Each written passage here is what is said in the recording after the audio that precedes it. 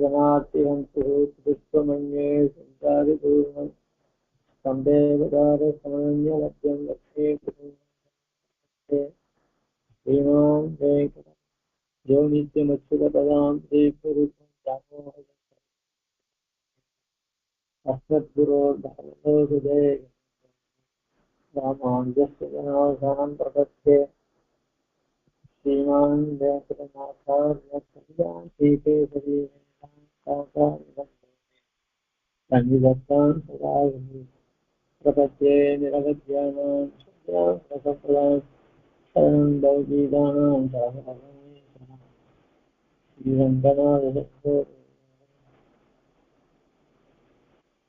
श्रीरङ्गे इन्दुनाथनया असौ स्यादिति प्रेक्षितम् स्यादश्री नरसिंहकार्यं कालाम्बुदेन्द्रं धाम दीक्षान्तिदयादिविश्वमेवान्तं पुराकृतं श्रीमद्रङ्गसदारियोगिवचं शैवानुगुं संशये श्रीमश्रीरङ्गपृथ्वी सरसरविगुण संयमीन्द्रेण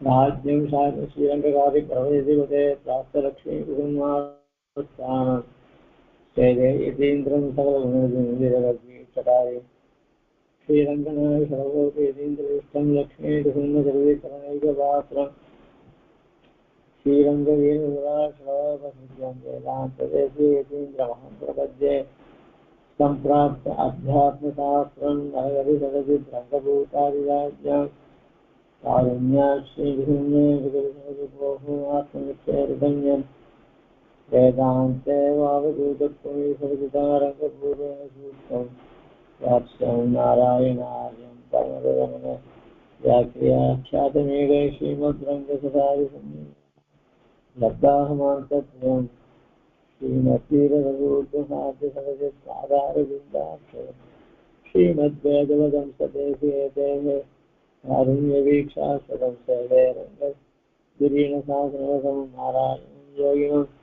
श्रीमद्रङ्गसदारियोगिजनस्तात्मरक्षाकरं श्रीमद्रङ्गसदारिवीररघुनाथलब्धागमान्तद्वयं दीर्घाडम्बविवर्जितं सुभगुणैर्बान्धं महत्त्वं सजम् वन्दे वत्सैर्पूर्णं बुधवरं श्रीकृष्णमार्यं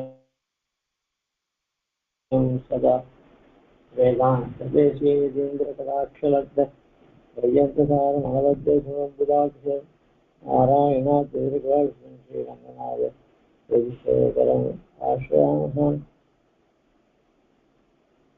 तेषां ज्ञानिनित्युक्तः एकभक्तिर्विशिष्यते प्रियोऽपि ज्ञानिनोऽस्य असंसर्गमप्रियः उदाराः सर्वे एवैते ज्ञानी स्वात्मेन मतम् आश्रितसंयुक्तात्मा मामेवानुत्तमं बहूनां जन्मनामन्ते ज्ञानवान् मां प्रपद्यते वासुदेवः सर्वमिति समहात्मा सुदुर्लभः इति श्लोकत्रयो ज्ञानिनं मां कुरुष्व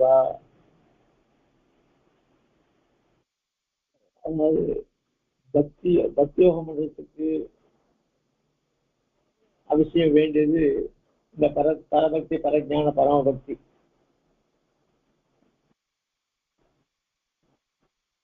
அவர்களாக தான் இந்த ஸ்லோகமானது கீதையில பக்தியோகம் பண்றவங்களுக்கு தான் இது சொல்லப்பட்டது.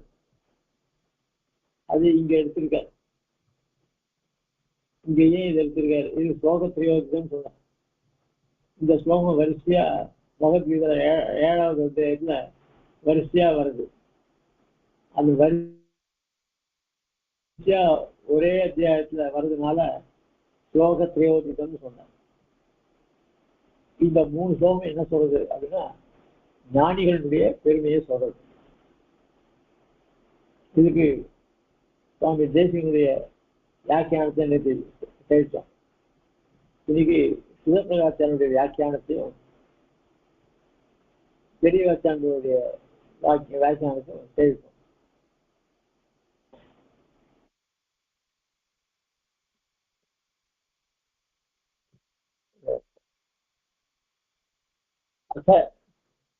சதுர்த்தமிஷ்டப்பிராப்தி பிரார்த்தியதே தேசாம் இத்தியாதினா. அதாவது அசன்னா பிறகு, அதாவது எதுக்கு பிறகு இந்த சமஸ்வா அப்படின்னு மாம் தாரையா அப்படின்னா பிரார்த்தித்தது இல்லையா. அதுக்கு பிறகு இப்ப என்ன பண்றதுன்னா துவயத்துல நாராயணாய பதம் இருக்கும் இல்லையா. அந்த பதம் என்ன அப்படின்னா அது இஷ்டப்பல பிரார்த்தனை. இஷ்டப்பலத்தை அடையிறது தான் இங்க பிரார்த்திக்கிறார் இந்த 3 ஸ்லோகத்தால. அது எதை போல அப்படின்னா ஞானிகளை போல அப்படின்னு சாதிக்கிறார். அதுக்கு அந்த 3 ஸ்லோகத்தையும் எடுத்த அத சதுர்த்தியர்த்தம் சதுர்த்தியர்த்தம் அந்த துவயத்துல சொல்லப்படுகிற நாராயணாய என்ற பதத்தில் இருக்கிற சதுர்த்தி இருக்கும் இல்லையோ. அந்த சதுர்த்தி என்ன சொல்றதுன்னா பெருமாளுடைய கைங்கரியத்தை பிரார்த்திக்கிறது. அவன் பொருட்டு கைங்கரியம் பண்ண கடவேன் அப்படின்றது. இது யாரை போல ஞானிகளை போல. அவர்கள் அதே தான் விரும்புகிறார்கள். ஏன்னா அந்த ஞானிகள் எப்படிப்பட்டவர்கள் இந்த 3 ஸ்லோகம் தான் சொல்ல போற.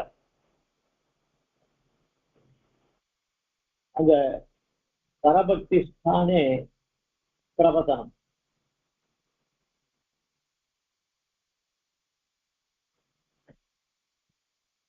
இங்க பரபக்தின்னு சொல்லுவது அந்த பரபக்தின்றது பிரபத்தி. அந்த பரபக்தி ஸ்தானத்துல பிரபத்தியை சொல்றாரு.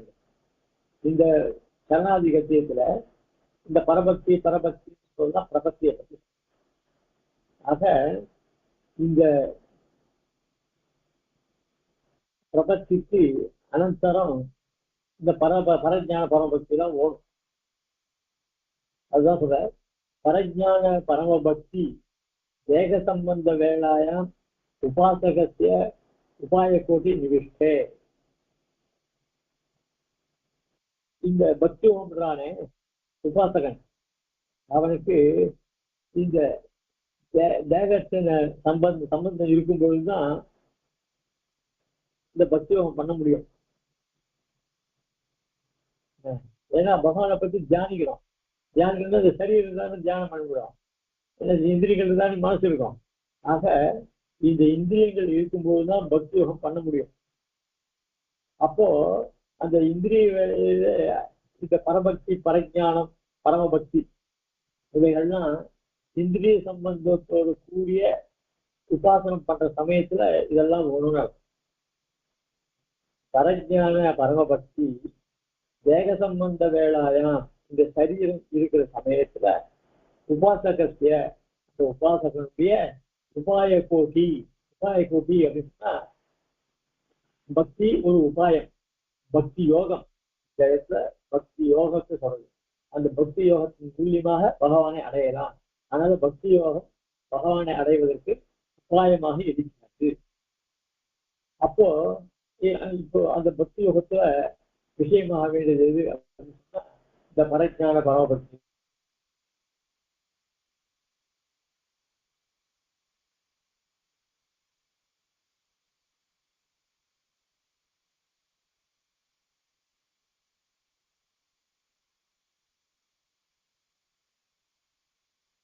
பரமபக்தி இல்லாம் அப்படின்னா பிரபன்னது. ஆனா பிரபன்னர்களுக்கு உபய கோட்டி கடிதே. உபய கோட்டி கடிதேன்னா என்ன அர்த்தம் அப்படின்னா அவனும் பிரபத்தியும் இந்த சரீர இருக்கிட்டே தான் பண்றான். சரீரம் போன பிரபத்தி பண்ண முடியாது. அப்போ சம்சாரம் தான் வந்துடுவான். அதனால அதுக்கப்புறம் அவன் பிரார்த்திக்கிற பலன் இருக்கே பிரபன்னனுக்குன்னா அடைய வேண்டிய பலன் இது அப்படின்னா பகவத் கைங்கரியம்.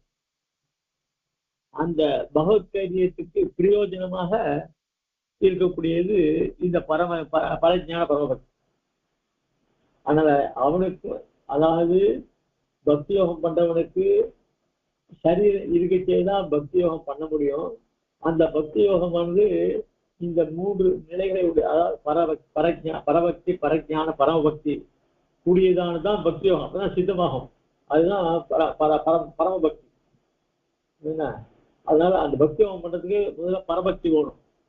அதுக்கப்புறம் அதுக்கு அடுத்த நிலை பரஜானம் ஓடும். அதுக்கப்புறம் பரமபக்தி. இந்த நிலைகள்லாம் பக்தி யோகத்துல உண்டு. அதனால அது உபாசனத்துக்கு அவசியம் வேண்டியது. அந்த உபாசனம் தேகம் இருக்குதான், அதனால தேகத்துக்குள்ளதான் அது. இவ பிரபத்தி பண்ணணும், சரீரத்துக்கு தான் பிரபத்தி பண்ணிக்கணும். பிரபத்தி பண்ண அனந்தரம் இவன் என்ன எதுக்காக சரணாதி பண்ணிக்கிறான்? பகவத் கைங்கரிய பிராப்திக்காக சரணாதி பண்ணிக்கிறான்.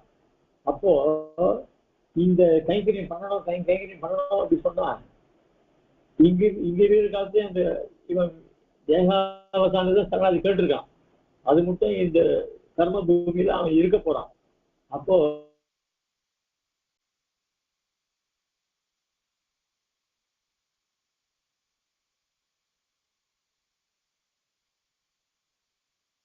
பரஜான பரமபக்தி அவசியம் ஓடும். அதனால உபய கோட்டி தேகத்துக்குள்ளே இருக்கணும். பெருமாள் அந்த பிரயோஜனமாகிற பகவத் கைங்கரியிலே அதுக்கு இது உபயோகமா இருக்கும். அதனால இது பிரபன்னனுக்கு அவசியம். இப்ப ரெண்டு பேருக்கு என்ன வித்தியாசம் அப்படின்னா, பக்தியோகம் பண்றவனுக்கு முதல்லயே ஓணும். அதாவது பெருமாளை சாட்சா்காரம் பண்றதுக்கு முன்னாடியே இவனுக்கு இந்த 3 நிலை வரணும். பரபக்தி, பரஜான, பரமபக்தி அப்படின்னு. இந்த பிரபத்தி பண்ணிக்கிறானே அவனுக்கு அந்த சமயத்துல பரபக்தி இருந்தா போறோம். பிரபத்தி பண்ணிக்கிறவன் அந்த சமயத்துல அவனுக்கு பரபக்தி இருந்தா போறோம். அதுக்கு மேல பகவானுக்கு கைங்கரியம் பண்ணணும்னு பிரார்த்திக்கிறானே அந்த தசை வரணும் அப்படின்னு சொன்னா அதுக்கு பரஜான பரமபக்தி வந்தாதான் அந்த கைங்கரியம் ருச்சிக்கும். அதனால பிரபன்னனுக்கு இது பல கோடியில சேரும். அவனுக்கு உபாய கோடியில சேரும், இவனுக்கு பல கோடியில சேரும். அத பரஜானம் பிரார்த்திதம் சேஷாம் இத்தியாதினா. அதனால இந்த இடத்துல இந்த 3 ஸ்லோகத்தினால இங்க பரஜான பரமபக்தி பிரார்த்திக்கப்படுகிறது அப்படின்னு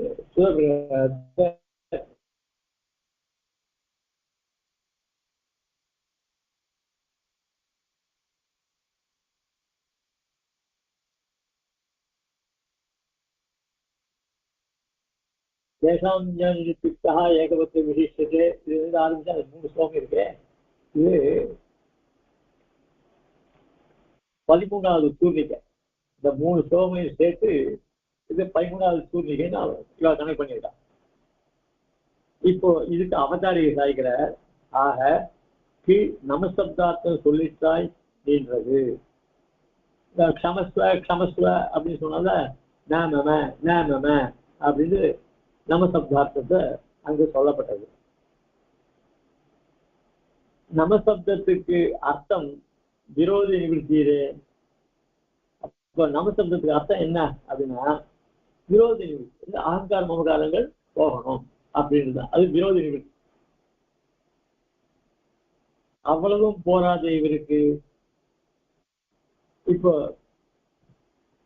அகங்கார மமகாரம் போன போகணும்னா மீதி எல்லாம் மீது என்ன பரம புருஷார்த்த லட்சண மோட்சரூப கைங்கரிய சித்தியும் வேணுமே. எனக்கு இந்த அனிஷ்டம் போறது மாத்திரம் இல்ல, இஷ்ட பிராப்தியும் போன இருக்கு. அனிஷ்டம் போயிருக்கு, அனிஷ்டம் போனோம் அப்படின்னு சொன்னா அதுல என்ன அதுக்கு இஷ்ட பிராப்தி வரணும். இஷ்ட பிராப்தி என்னது அப்படின்னா மோட்ச ரூப கைங்கரிய சித்தி.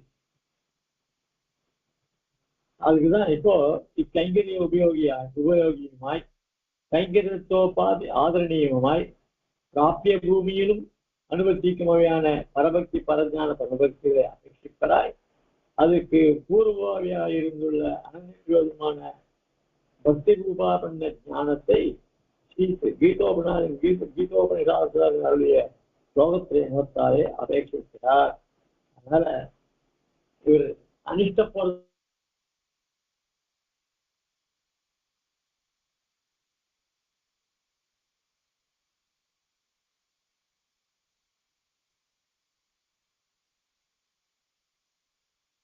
பரபக்தி பரஜான பரமபக்திகளை இவர் அபேட்சிக்கிறாக. இந்த இதுக்கெல்லாம்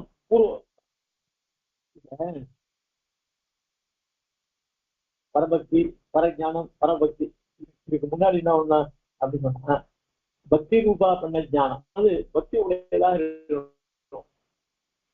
அந்த பக்தி ரூபா ஞானம் வந்தாதான் அது பரபக்தி.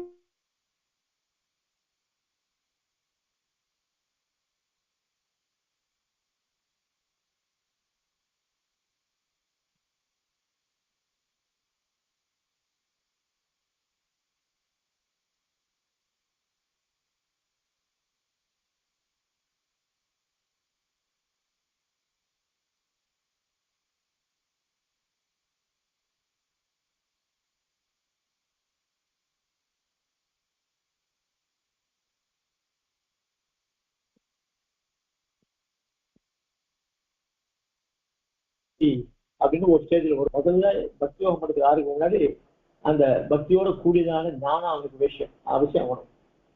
அதான் சொல்றேன் அனுபவி.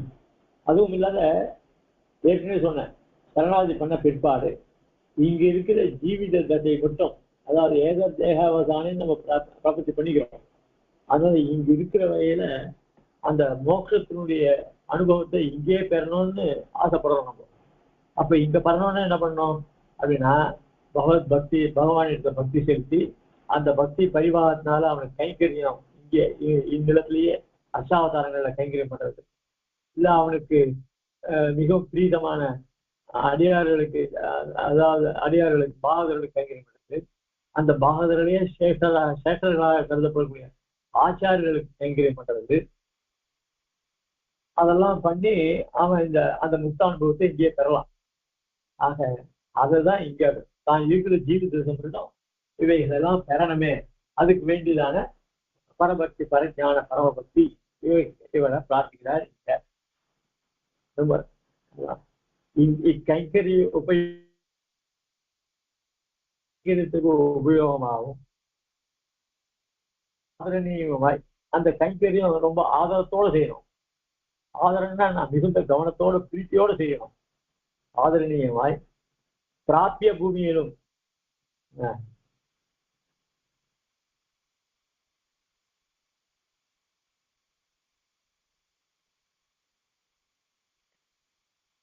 அடியன் சுவாமி, அடியன் சமைக்கணும். அடியன் நடுவுல தேவரீரோட குரலே கேக்குறது இல்ல. அடியன் அடியன் சுவாமி கேக்குறதா?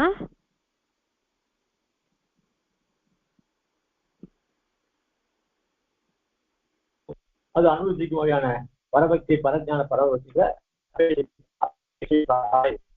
அதற்கு இருந்துள்ள அனன்ய பிரயோஜனமான பக்தி ரூபா பண்ண ஞானத்தை ஸ்ரீ கீதோபனிஷத் ஆச்சாரியன் அருளி செய்த ஸ்லோகத்திலே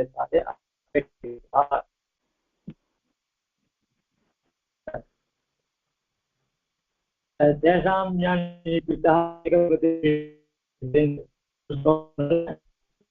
பரபக்தி, பரஞான பரமபக்தி அதை பிரார்த்திக்கிறார் அப்படின்னு சொல்லப்படுது. இங்க தேசாம் ஞானித்யுக்தா ஏகபக்தி விசேஷியதே பிரியோகி ஞானினோத்தியர்த்தம் அகம் சக மமப்பிரியா அப்படின்னு சாய்கிறார். தேசாம் அப்படின்னு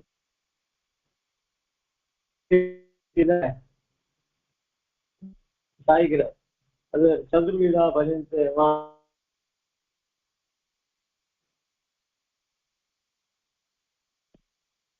சதுர்விதா பஜந்தேமா இருக்கணும்னா ஆர்த்தோ ஜிஜ்ஞாசுரர்த்தார்த்தி ஞானிச்ச பரதரிஷபா.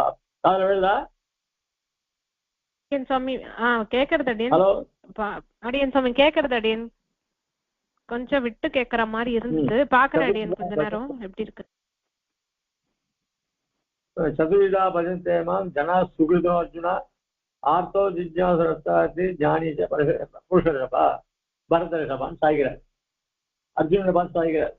அதாவது புண்ணியம் பண்ணவர்கள் அதுல நான்கு வகைப்பட்டவர்கள். அவர்கள்லாம் எங்கிட்டயே பக்தி பண்றா. யார் அவர்கள் அப்படின்னு சொன்னா, இருந்த செல்வத்தை இழந்தவர்கள், அதான் இழந்து வருத்தப்படுறவர். சில பேர் செல்வமே கிடையாது, பூசா போகணும்னு ஆசைப்படுறவா. அதுக்கு அடுத்தது ஆத்மஸ்வரூபத்தை தியானம் பண்ணி கைவல்யம் போகணும்னு விரும்புறா. இது மூணாவது. அடுத்தது எனக்கு எந்த இதுவும் வேண்டாம், எனக்கு ஐஸ்வர்யம் வேண்டாம், புதுசான ஐஸ்வர்யம் வேண்டாம், இந்த ஆத்மஸ்வரூபத்தினால வரக்கூடிய அனுபவம் எனக்கு வேண்டாம், உன்னையே அடையணும், நீயே போகணும் எனக்கு அப்படின்னு விரும்பப்படுவார். இப்படின்னு 4 பேர் சொல்லி இதுல இவா எல்லாரும் ஞானிகள் அப்படின்னு சொன்ன. தேஷாம் சொன்னதால அந்த 4 வகைப்பட்ட ஞானிகள். தேஷாம் ஆர்த்தோ ஜிக்ஞாசு அர்த்தாத்தி ஞானி என்கிற ஐஸ்வர்ய கைவல்ய பகவத் சரணார்த்திகளில் வைத்துக் கொண்டு ஞானியானவன் விசிஷ்யதே. இந்த 4 பேர்ல ஞானின்றவனை கொஞ்சம் விசேஷமாக சொல்ற. விசிஷ்யதே விசேஷம் சொல்லப்படுகிறான்.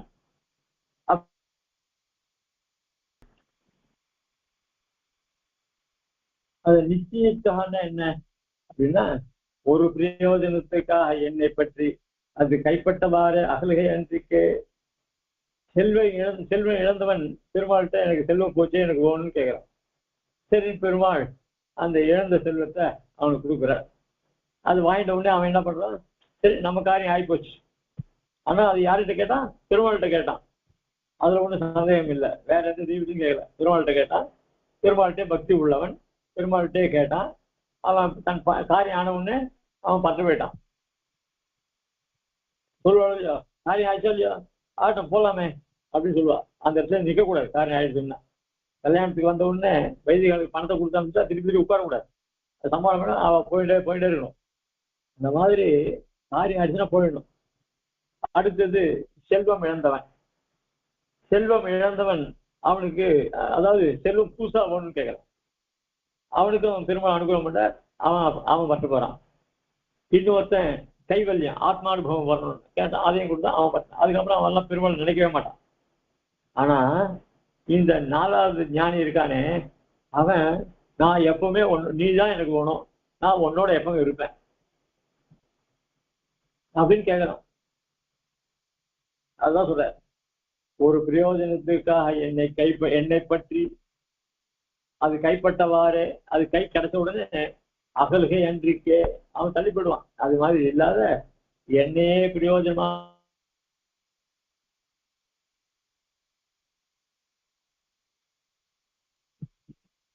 என்ன அப்படின்னா, ஒரு பிரயோஜனத்தில் ஸ்நேகத்தை பண்ணி தத் சித்தியர்த்தமாக என் பக்கல்ல ஸ்நேகம் பண்ணுகை அன்றிக்கே. இப்போ ஒரு வஸ்துவில ஆசைப்படுறான், அந்த வஸ்துவையே அப்படியே நினைச்சுட்டு இருக்கான். அந்த வஸ்து எப்படி இருந்தாலும் வாங்கணும், அந்த வஸ்து எப்படி இருந்தாலும் கிடைக்கணும் அப்படின்னு அதே நினைக்கிறான். சரி, இது எப்படி யார் மூலியமா கிடைக்கும், எங்க கிடைக்கும்? சரி, அது பெருமாள் பிரார்த்திச்சா கிடைக்கும். சரி, பெருமாள்கிட்ட போவோம். முதல்ல அந்த விஷயத்துல அவனுக்கு ஸ்நேகம், பற்று, ஸ்நேகம்னா பற்று, அது வந்தது. சரி, இந்த வஸ்து தனக்கு ரொம்ப பிரியமான உள்ள வஸ்து கிடைக்கணும்னா அது இன்னார்கிட்ட தான் இருக்கு, இன்னார் தான் கொடுப்பா அப்படின்னு சொன்னா உடனே அவங்கிட்ட ஒரு பற்று வரும் இல்லையா, அவங்கிட்ட ஒரு பக்தி வரும். ஐயா, உங்க விட்டா வேற யாரும் இல்லை, நீர் தான் இந்த வஸ்து வச்சிருக்கேன்னு சொல்றா, உங்ககிட்ட கேட்டா கிடைக்குன்னு சொல்றா, அதனால தேவன் தான் தரணும் அப்படின்னு அவர்கிட்ட போய் அடுத்தது இந்த முதல்ல தான் எந்த வஸ்துவில பற்று வச்சிருக்கோமோ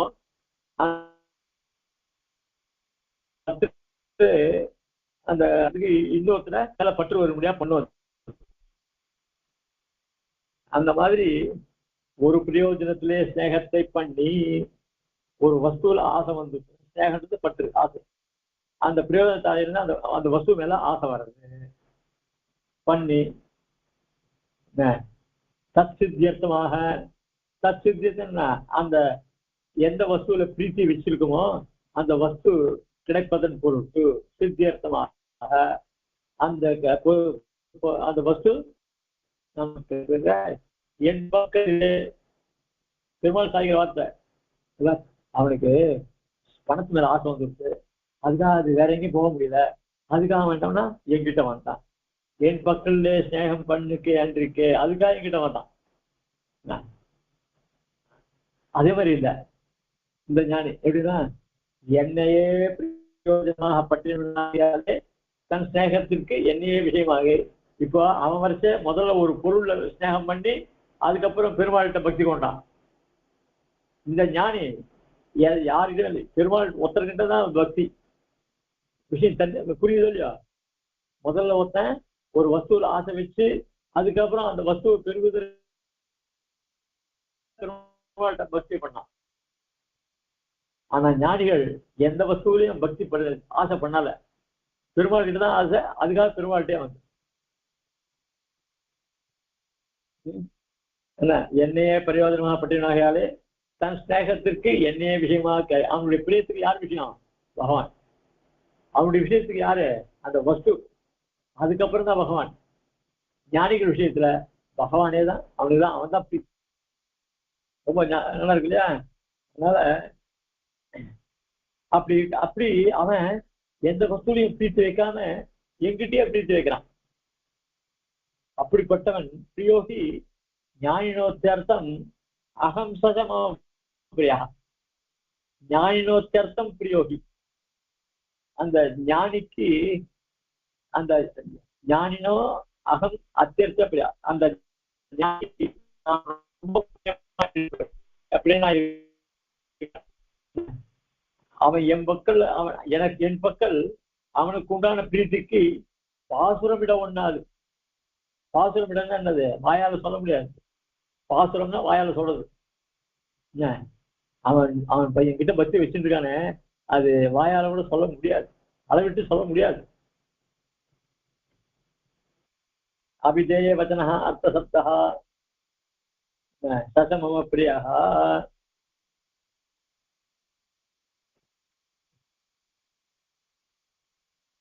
அதனால அவனும் எனக்கு பிரியனா இருப்பான். அவன் என்கிட்ட ரொம்ப பிரீத்தியா இருக்கான். அவன் பிரீத்திக்கு எப்படிப்பட்ட பிரீத்தி கொடுத்தான்னு என்னால சொல்ல முடியாது. அப்படிப்பட்டவன் எனக்கும் ரொம்ப பிரியனா இருக்கான். தன் பக்கல் அவனுக்கு உண்டான பிரேமத்தை அத்தியர்த்தம் என்று சொல்லி அவனிடத்தில் தனக்கு உண்டான பிரேமத்தை குறைய சொல்லுகிறது என்ன கொண்டு. இப்ப அவன் ஞானி கொண்டிருக்கிற பக்தி இருக்க, அது அளவு சொல்ல முடியாது, என் வாயால சொல்ல முடியாது. இப்ப சொல்ற என்ன, அவனுக்கு பெருமையா சொல்லிட்டு தான் கொண்டிருக்கிற அவன் பக்கத்துல கொண்டிருக்கிற பிரேமம் இருக்க, அது அத்தியர்த்தம். யாரு? அவன் கொண்டிருக்கிறது, பெருமாள்கிட்ட பக்தி கொண்டிருக்கிறது அத்தியர்த்தம். அந்த அத்தின்றது ஒரு அதிகமான விசேஷம். அவன் கொண்டிருக்கிற பிரீத்திக்கு அத்தியர்த்தம் இல்லை. ஆனா சச்ச மம பிரியா, எனக்கும் அவன் பிரியன். அதனால அவன் எனக்கு பிரியன். அப்ப இவர் கொடுக்கிற பிரீத்தி குறவு. அவன் பெருமாள்கிட்ட கொண்டிருக்கிற பிரீத்தி ரொம்ப உயர்ந்தது, அத்தியர்த்தம். ஆனா அவன் எனக்கும் பிரியமானவன். அந்த பிரிய அத்தியர்த்த பிரியம் போடல, பிரியமானவன் சொன்ன. அப்போ அவன் இந்த வசதி சொல்லி தன்னுடைய பிரேமத்தை குறைய சொல்றானே, இதுக்கு என்ன காரணம்? என் கொண்டு அவனுடைய பிரேமத்துக்கு குறைந்ததோ தன்னுடைய பிரேமம் என்ன? அவன் எங்கிட்ட கொண்டிருக்கான்னா நான் கொண்டிருக்கிற பிரேமம் குறைஞ்சதா? அப்படின்னா என்னில் அவன் தன்னளவிலேயா இருக்கும். அவன் பிரீத்தி, தன் பிரீத்தி தன்னளவிலேயா இருக்கும்.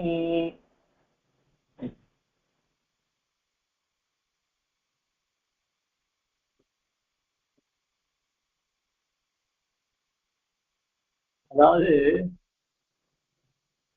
அவன் தன்னளவிலேயா இருக்கும் அவன் பிரீத்தி. அவன் வச்சிருக்கிற பிரீத்தி அவகிட்ட எவ்வளவு அளவு இருக்கோ அதுதான் இருக்கும். இவன் பிரீத்தின்னா இவன் எடுத்து, இப்போ அவனுக்கு பிரீத்தி இருக்குன்னா அந்த பிரீத்தி அவனிடத்து தான் இருக்கும். இப்ப இவருக்கு பிரீத்தி இருக்குன்னா இவருக்கு அவனை பத்திய பிரீத்தி இவர்கிட்ட தான் இருக்கும். இப்ப இதுக்கு போய்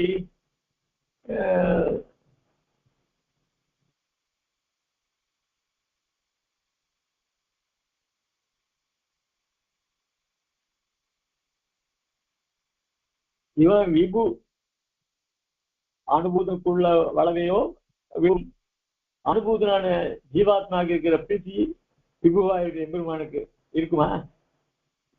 குளப்படை கலங்கினார் போலன்று கடல் கலங்குவது ஆகிய இருக்க அவன் பிரேமத்திற்கு என் பிரேமம் எங்கே கிடப்பது என்று அருளி செய்கிறார் தன் வாத்சல்ய அதிசயத்தாலே. அதாவது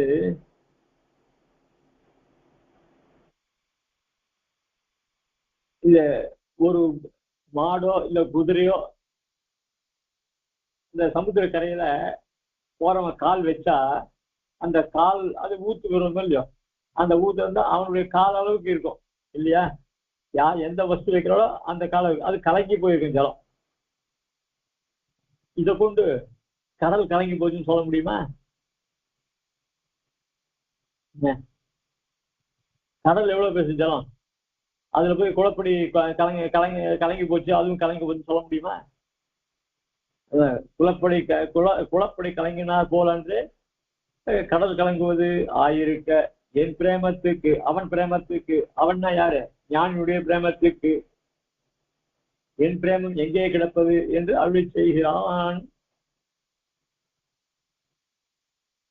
அதான் பெருமாள் என்ன சொல்ற,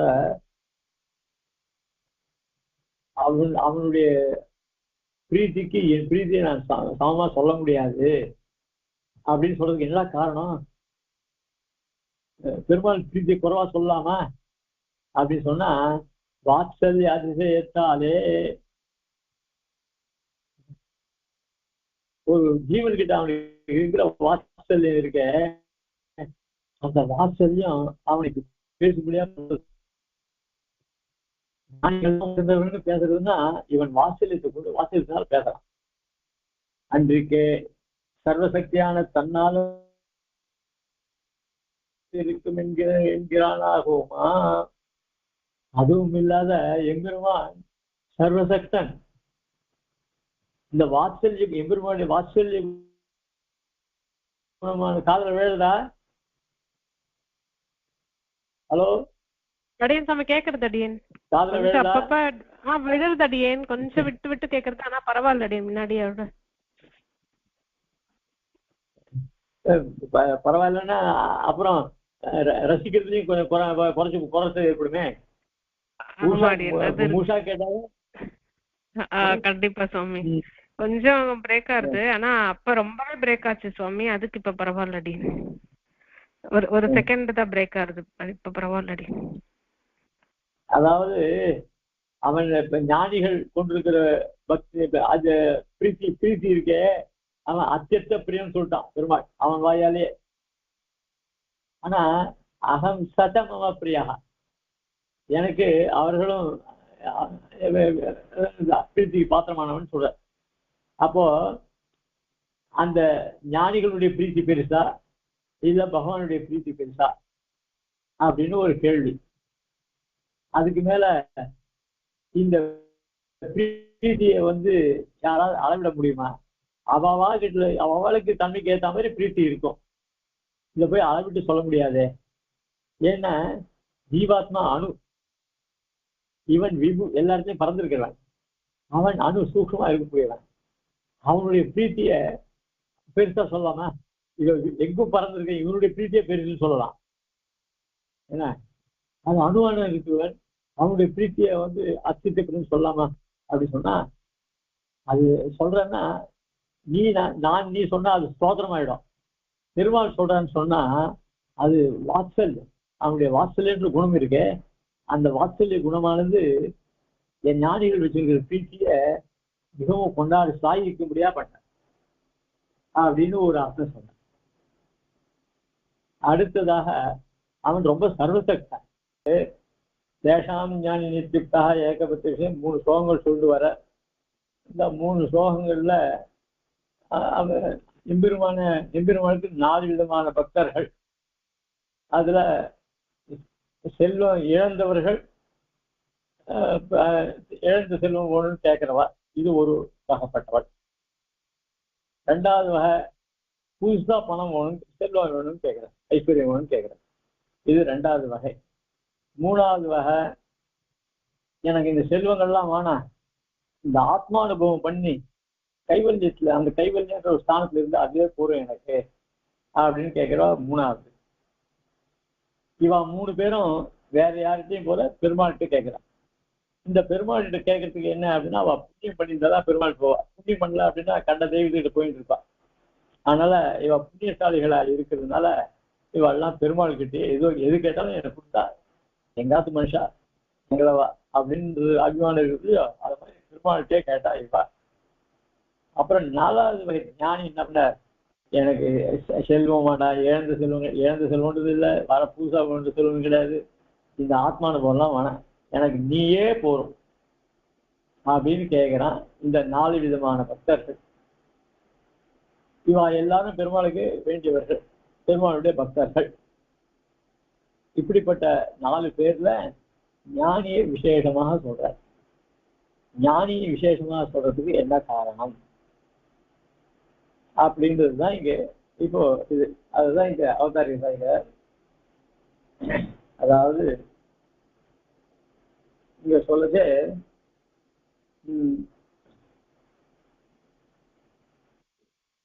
அவனை ஞானியை விசேஷமா சொன்னார் அப்படின்னா, அந்த ஞானியானவன் நித்திய யுக்தா ஏக பக்தி, இப்படி 2 தன்மை உடையவர்கள். என்ன அந்த 2 தன்மை என்னது? நித்திய யுக்தனாவது, நித்திய யுக்தன்னா என்னன்னு சொல்ற, பிரயோஜனத்துக்காக என்னை பற்றி பிரயோஜனம் பட்டவாறே அகன்று போகையன்றிக்கே நாம ஒருத்தர்கிட்ட ஒரு வஸ்துக்காக யாசிச்சுட்டு போறோம். அந்த காரியம் பூர்த்தி ஆயிடுச்சுன்னா ரொம்ப சந்தோஷம் அப்படின்னு சொல்லிட்டு அவருக்கு தேங்க்ஸ் சொல்லிட்டு வந்துடுவோம். அதுக்கப்புறம் அவரை மறந்துடுவோம், அவரை பத்தி கவலையே கிடையாது. அதே மாதிரி இந்த செல்வம் இழந்தவர்கள், புதுசா பணம் 1 ரூபா, இந்த கைவல்யம் 1 ரூபா, இவா 3 பேரும் ஒரு பிரயோஜனம். அந்த பிரயோஜனத்துக்காக பெருமாள்கிட்ட போனான். பிரயோஜனம் கைப்பட்டவாறு அவர்களுக்கு அந்த பிரயோஜனம் கிடைச்சி போச்சு. அகன்று போக என்றிருக்கு அவள்லாம் பெருமாளை விட்டு தள்ளி போயிட்டான். அப்புறம் பெருமாள்கிட்ட வரமாட்டான். அப்படி இல்லாத இந்த ஞானி எப்படிப்பட்டவன் தெரியுமோ, என்னையே பிரயோஜனமாக பட்டினவன், எனக்கு வேற ஒண்ணுமே வேண்டாம், நீ என் பக்கத்துல இருந்துட்டா போறேன், இப்படி பாண்டவாளுக்கு நீ சகாயம் பண்ணி அப்படி பண்ணி அந்த மாதிரி இருந்துட்டா போறேன் அப்படின்னு. இப்போ இவன் வசதியா அவ வசதியா? ஞானி வசதி இல்லையா? அதுதான் நித்திய யுக்தா. சரி, ஏக பக்தின்னா என்ன அப்படின்னு சொன்னா, இப்போ இந்த 4 விதமான பக்தர்கள்ல இந்த முதல் 3 விதம் இருக்கா பாரு. என்ன, எழுந்த செல்வத்தை 1 ரூபா, புதுசா செல்வம் 1 ரூபா.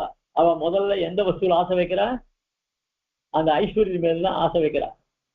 இவன் ஆத்மானுபவத்துல ஆசை வைக்கிறான். புரியுதா? காதுல விழுதா? அடியன் சாமி விழுது. அடியன் கேக்குது சாமி, நல்லாவே கேக்குது. அதனால இவன் முதல்ல அந்த வஸ்துல ஆசை வைக்கிறான். சரி, இந்த வஸ்து எங்க போனா கிடைக்கும் அப்படின்னா, பெருமாள்கிட்ட போனதான் கிடைக்கும்னு சாஸ்திரம் சொல்றது. சரி, உடனே பெருமாள்கிட்ட பக்தியை வைக்கிறான். முதல்ல யார்கிட்ட பக்தி? முதல்ல பக்தின்றது ஆசை வச்சோம். அந்த ஆசை யார்கிட்ட வச்சது? எதுல ஆசை வச்சா? எதுல ஆசை வச்சா? ஐஸ்வர்யத்துல ஆசை வச்சான் அவன்லாம். ஆனா அந்த ஆசை யார்கிட்ட போனா கிடைச்சது? பெருமாள்கிட்ட போனா கிடைச்சது. அதான் சொல்ற, ஏக பக்தி பிரயோஜனத்திலே ஸ்நேகத்தை பண்ணி. பிரயோஜனம்னா என்ன? அந்த பணம் வேணும், இது வேணும், அது வேணும்னு கேட்டா அந்த பிரயோஜனம். அதுக்காக முதல்ல அந்த வஸ்துவில ஆசை வச்சா. அதனால ஸ்நேகத்தை பண்ணி. ஸ்நேகம்னா அந்த இடத்துல பக்தி வச்சுக்கணும். முதல்ல அந்த விஷயத்துல அவளுக்கு ஆசை வந்தது. அதுக்கப்புறம் அதான் ஸ்நேகத்தை பண்ணி தற்சித்தியர்த்தமாக. எதுக்காக? இப்ப அந்த பலனை பெறணுமே, தற்சித்தியர்த்தம். அந்த பலனை பெறுவதற்காக என் பக்கலிலே ஸ்நேகம் பண்ணுகை. இப்ப பெருமாள்கிட்ட பக்தி வச்சா. நல்லா புரியுதா? பெருமாள்கிட்ட எதுக்காக பக்தி வச்சா? அந்த பொருளை கிடைக்கணும்ன்றதுக்காக பெருமாள்கிட்ட பக்தி வச்சா. காதல வேணுதா? அடியன் சுவாமி விழருது அடியன். அதனால அவ முதல்ல அந்த வஸ்துல பக்தி ஆசையை வச்சு அந்த வஸ்து கிடைக்கிறதுக்காக என்கிட்ட ஆசையை வச்சா. தத் சித்தியர்த்தம்.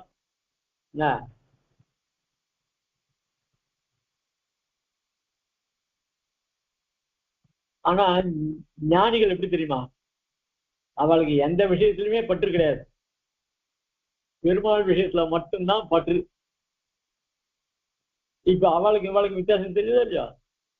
அப்போ ஞானி எப்படிப்பட்டவன், எந்த விஷயத்திலையும் ஆசை இல்லாதவர்களாய் எம்பெருமானியே அடையணும். மீதி பேர்லாம் அந்த வஸ்து அடையிறதுக்காக அந்த வஸ்து மேல ஆசை வச்சு அப்புறம் பெருமாளை போய் கேட்டு அவங்கிட்ட பக்தியை பண்ணி அதை பெறறா. இவா எந்த வஸ்துலையும் ஆசை இல்லாம நீயே வேணும், அவன் பக்கத்துலயே ஆசையை வச்சு அவனையே பெறணும் அப்படின்னு சொல்ற ஏக பக்தி. ரெண்டு இடத்துல பக்தி கிடையாது. ஸ்நேகன்றது பக்தி. அவ ஒரு வஸ்து கிடைக்கிறதுக்காக முதல்ல அதுகிட்ட ஆசையை வச்சா, அதை பெறறதுக்காக பெருமாள்கிட்ட போனா. ரெண்டு இடத்துல பக்தி அவளுக்கு. ஆனா ஞானிகளுக்கு ஒரே இடத்துல பக்தி. அதனாலதான் ஏக பக்தி. ரொம்ப ஆச்சரியமா சொல்ற. ஏக பக்தியாவது ஒரு பிரயோஜனத்து ஸ்நேகம் பண்ணி தத்துதான் என் பக்கத்திலே ஸ்நேகம் பண்ணி இருக்கு, என்னையே பிரயோஜனம் பண்ணினாலே தன் ஸ்நேகத்திற்கு என்னையே விஷயமாக்குகை அப்படின்னு சொன்ன. அப்போ அப்போ எம்பெரும் ஞானிகளுக்கு ஒரே ஒருத்தங்கிட்டே தான் ஆசை. யார்கிட்ட ஆசை? பெருமாள் கிட்ட தான் ஆசை. அப்போ அந்த ஆசை அதிகம் தானே, அத்தியர்த்தம் தானே அது. இவாள்லாம் அந்த பொருள் வஸ்து மேல ஆசை வச்சுட்டு அப்புறம் பெருமாள்கிட்ட ஆசை வச்சா, அது பக்தி. ஆனா அந்த ஞானிகள் வச்சுருக்கிற பிரீத்தி இருக்க அது அத்தியர்த்தம். அது எப்படி அத்தியர்த்தம் அப்படி சொன்னா, எந்த விஷயத்திலையும் பற்று இல்லாம என்னிடத்திலேயே பற்றா இருக்கா, அப்புறம் அதுதான் அத்தியர்த்தம். அதனால ஞானிக்கு நான் அத்தியர்த்தம் பிறனாயிருப்பன். ஞானிகளுக்கு நான் ரொம்பவும் பிரீத்திக்கு பாத்திரமாக இருக்கிறேன். என் பக்கல் அவனுக்கு உண்டான பிரீத்திக்கு பாசுரமிட ஒண்ணாது. என்னிடத்துல அந்த ஞானிகளுக்கு பக்தி ஏற்படுறத, பிரீத்தி ஏற்படுறத அதை வாயால சொல்ல முடியாது, அது வார்த்தையே கிடையாது. பாசுரமிட ஒண்ணாது. சசமம பிரியா, அவனும் எனக்கு பிரியனாயிருப்பன். அவனும் யாரு? அந்த ஞானியும். அப்போ உங்குன்னு போட்டா இந்த ராமன் வந்தா லக்ஷ்மணன் வந்தான் அப்படின்னா அது கொஞ்சம் ரெண்டாம் பட்சம் தான். பிரதானம் யாரு? ராமன். அதே மாதிரி அவனும் எனக்கு பிரியன்னு சொன்னா இவன் அவங்கிட்ட வச்சிருக்கிற பிரீத்தி குறைச்சல் தான் ஏற்படுது. தன் பக்கல் அவனுக்கு உண்டான பிரேமத்தை அத்தியர்த்தம் என்று சொல்லி அவனிடத்தில் தனக்கு உண்டான பிரேமத்தை குறைய சொல்லுகிறது என் கொண்டு. இப்போ அவன் ஞானிகள் விஷயத்தை சொல்ல என்கிட்ட ரொம்ப பிரீத்தியா இருக்கான் அப்படின்னு சொல்ற பெருமாள். அதே பெருமாள் அந்த ஞானி விஷயத்துல நான் அவன்கிட்ட பிரீத்தியா இருக்கேன், அவங்ககிட்ட அத்தியர்த்தம் சொன்னார். இவர் வச்சுட்டு இருக்க பிரீத்தின்னு சொன்னார். இது என்ன தாரதமியம்? எதை கொண்டு இவர் சொல்றார்? அவனுடைய பிரேமத்துக்கு குறைந்ததோ தன்னுடைய பிரேமம்? அது என்ன? ஒரு ஞானி கொண்டிருக்கிற பக்திக்கு பிரீத்திக்கு இவன் பிரீத்தி குறைச்சலான்னு அந்த மாதிரிதான் சொல்றாரு இவர். எண்ணில் அவன் தன்னால் விளையாயிருக்கும், அவன் பிரீத்தி தன் பிரீத்தி தன்னால் விளையாயிருக்கும். லோகத்துல அவவா பிரீத்தி வச்சுருக்கான்னா அந்த பிரீத்தி யாராலும் அளவிட முடியாது. அப்படின்னு அவன்கிட்ட இருந்துச்சு அவங்ககிட்ட தான் இருக்கும். நான் வச்சுருக்கிட்டு எங்கிட்ட தான் இருக்கும். இல்ல ஆஞ்சநேய மாதிரி மாற பிறந்து காமிக்க கூட, மாற பிறந்து காமிச்சா இப்போ ஒண்ணு பாருங்க தெரியாது, அப்படிதான் தெரியாது. அனுபவத்தினுக்குள்ள அளவையோ விபுவுக்கும் அனுபூதனான ஜீவாத்மா கிட்ட இருக்கிற பிரீத்தி இருக்கு அளவு இருக்க, அந்த அளவு எப்படி விபுவான எம்பெருமானுக்கு இருக்கிற பிரீத்தி எப்படி இருக்கும். அதனால அந்தந்த அளவு அப்படியே இருக்கும். குளப்படி கலங்கினார் போல் அன்றே கடல் கலங்குவது. ஒரு சமுத்திரக்கரைக்கு போனானாக்க அந்த சமுத்திரக்கரையில நாம காலை வச்சா அந்த இடத்துல ஜலம் ஊத்து வரும், கலங்கின ஜலமா வரும். இந்த இந்த ஜலம் வந்து கலங்கி போயிருக்கு, கடலும் கலங்கி இருக்கு அப்படின்னு சொல்லுவாங்க யாராவது? இது நம்ம காலடிக்கு ஏத்த மாதிரி, அது குதிரை வச்சா எப்படியோ இல்ல மாடு வச்சா எப்படியோ அந்த குழம்புக்கு ஏத்த மாதிரி இருக்கு. அதனால அவளுக்கு அளவு என்னவோ அந்த அளவு தான் இருக்கும். ஆயிருக்க அவன் பிரேமத்துக்கு என் பிரேமம் எங்கே கிடப்பது என்று அருள் செய்கிறார். அவன் பிரேமம் எங்க, என் பிரேமம் எங்க அப்படின்னு சொன்னதுக்கு என்ன தாத்பரியம் அப்படின்னு சொன்ன, அது எம்பெருமானுடைய வாத்சல்ய அதிசயத்தாலே. அதுக்கப்புறம் இன்னொன்னு சொல்றேன், அவன் சர்வசக்தியானவன். அன்றைக்கே சர்வசக்தியான தன்னாலும் அபரிகாரியமாய் இருக்கையாலே அதுவே கணத்திருக்கும் என்கிறதாகுமா. இப்போ எடையை போட்டு பார்த்தா அவன் ரொம்ப கனமா இருக்கும், இவன் கொஞ்சம் குறைச்சலா இருக்கும். ஏன்னா இவன் சர்வசக்தனா இருக்கிறதால. பயானாம் அபகாரியாலும் பயானாம் இது அதாவது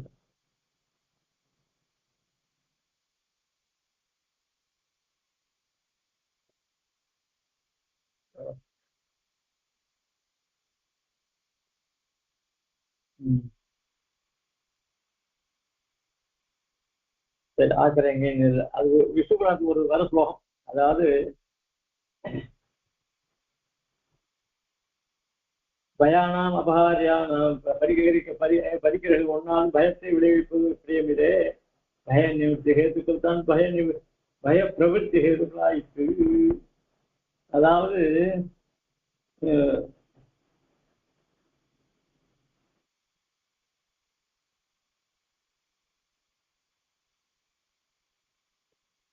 அதிகமான பயம் ஏற்பட்டதுன்னா என்ன ஆகும் அப்படின்னா அது மேலும் மேலும் பயத்தை உண்டாக்கும். அந்த அளவுக்கு இந்த பயமானது அளவிட முடியாதபடி இருக்கு.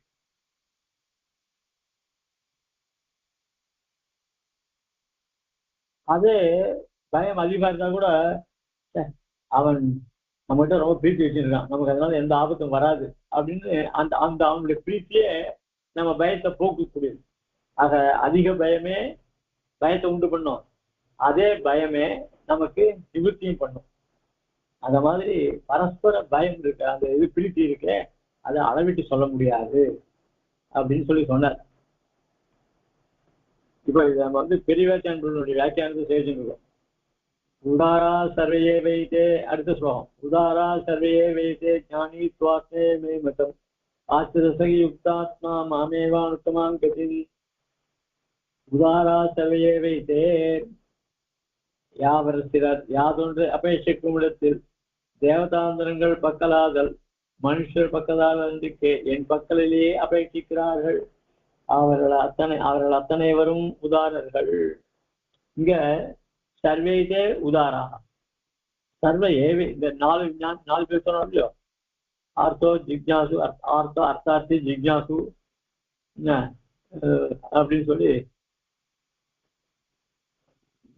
அதுல இவன் 4 பேருமே உதாரணர்கள். ஆனா இந்த 4 பேர்ல ஞானி டூ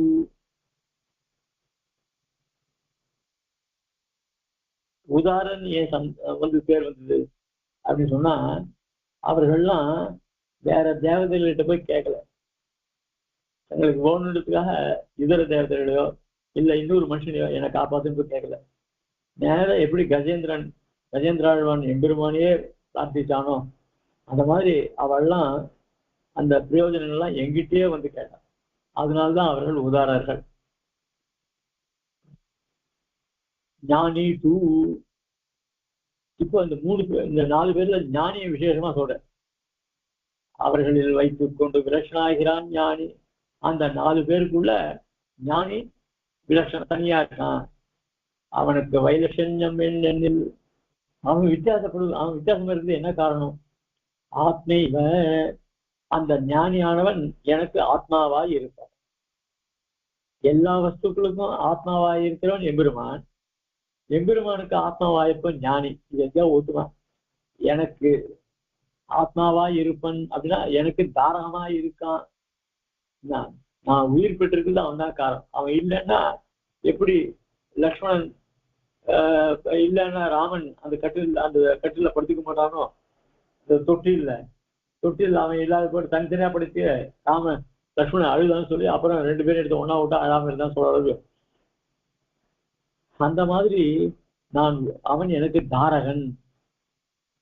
ஆத்மேவ, இது அவதாரணம். ஆத்மேவன்னா ஆத்மாவை போல, ஆத்மாவாவே இருக்கான் அப்படின்னு அவதாரணம்.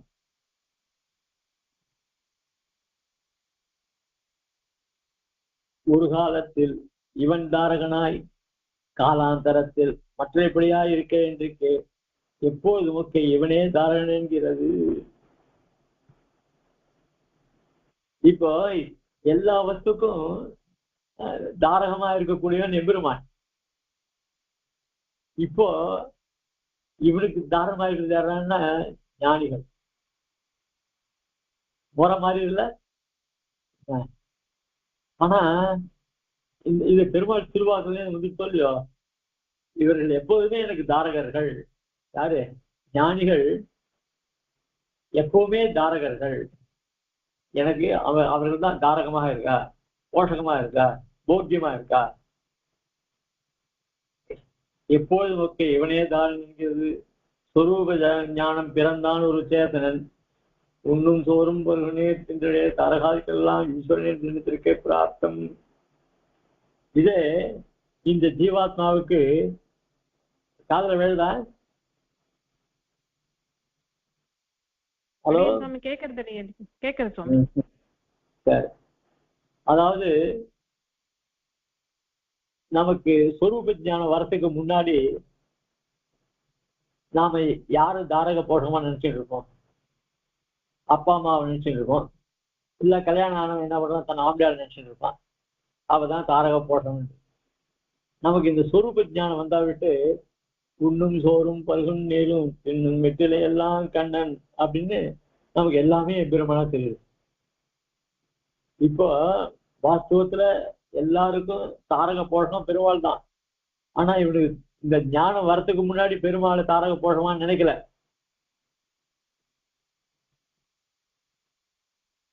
அப்புறம் சொரூப ஞானம் வந்தாவிட்டுதான் இவன் நினைக்கிறான். ஆனா இந்த எம்பெருமான் இந்த ஞானிகளை எப்போதுமே தாரக போஷமா நினைக்கிறான். புரியுதா? அதனால ஆயினும் இது விபரீதமா இருந்தது. என்ன சுவாமி நீ சொல்றது திருவிழா பொருந்தும் இல்லையே? எல்லாருக்கும் தாரக போஷமும் எல்லாமே நீர் தானே. இப்ப போய் நீ ஞானிகளை போய் தாரக போஷம்னு சொல்றீர, இது ரொம்ப விருத்தமா இருக்கு. இப்படி இதுக்கு முன்னாடி இதான் உண்டா? ஆறான நினைத்துவிட முந்திர முன்ன இதுவே என்கிறான். மே மதம், இது என்னுடைய மதம். நீங்க ஒத்துக்காட்டா போங்க. அதான் ஆறான் நினைத்தபடி நினைத்திடுக. நீங்க எப்படி வேணும் நினைச்சுக்கோங்க. என்னுடைய மதம் என்ன தெரியுமா? இவர்கள் தான் எனக்கு பிராணன். இவருடைய மதம் தான் என்னுடைய மதம் அப்படின்னு பெருமாள் மே மதம் அப்படி முடிச்சுட்டாரு. நடுவில் யாரையும் ஆட்சேபம் இது சரியா, சாஸ்திரங்கள்லாம் இப்படிதான் சொல்றது, நீதான் எல்லாருக்கும் தாரக போடணும் அப்படின்னு நீ இவாள போய் தாரக போடணும், இதெல்லாம் இந்த விதண்டாவெல்லாம் சாஸ்திரங்களை புத்தகம் கிட்ட பேசாது. எனக்கு இவர்கள் தான் எல்லாம் அப்படின்னு பெருமாள் எல்லாத்தையும் கடாய்ச்சிட்டு நிதானம் பண்ணிட்டார். ஞானிகள் தான் இவருக்கு மதம் சொல்லிட்டு அப்படின்ற இவருடைய விஷயத்தை மேல அப்புறம் பார்ப்போம். கவிதார்க்கிய சிம்ஹாய கல்யாண வேதாந்த குரவே நமः. ஸ்ரீ வேதாந்த தேசிகாய நமः. ஸ்ரீ வேதாந்த வாசிஸ்ரீ நாராயணாய நமः. ஸ்ரீமதி பாதுகாதி நாராயண மகாதேசிகாய நமः. ஸ்ரீமதே ஸ்ரீ வாசிஸ்ரீ கிருஷ்ணமாரி மகாதேசிகாய ஸ்ரீமதே ஸ்ரீ ரங்கநாதேந்திர மகாதேசிகாய நமः.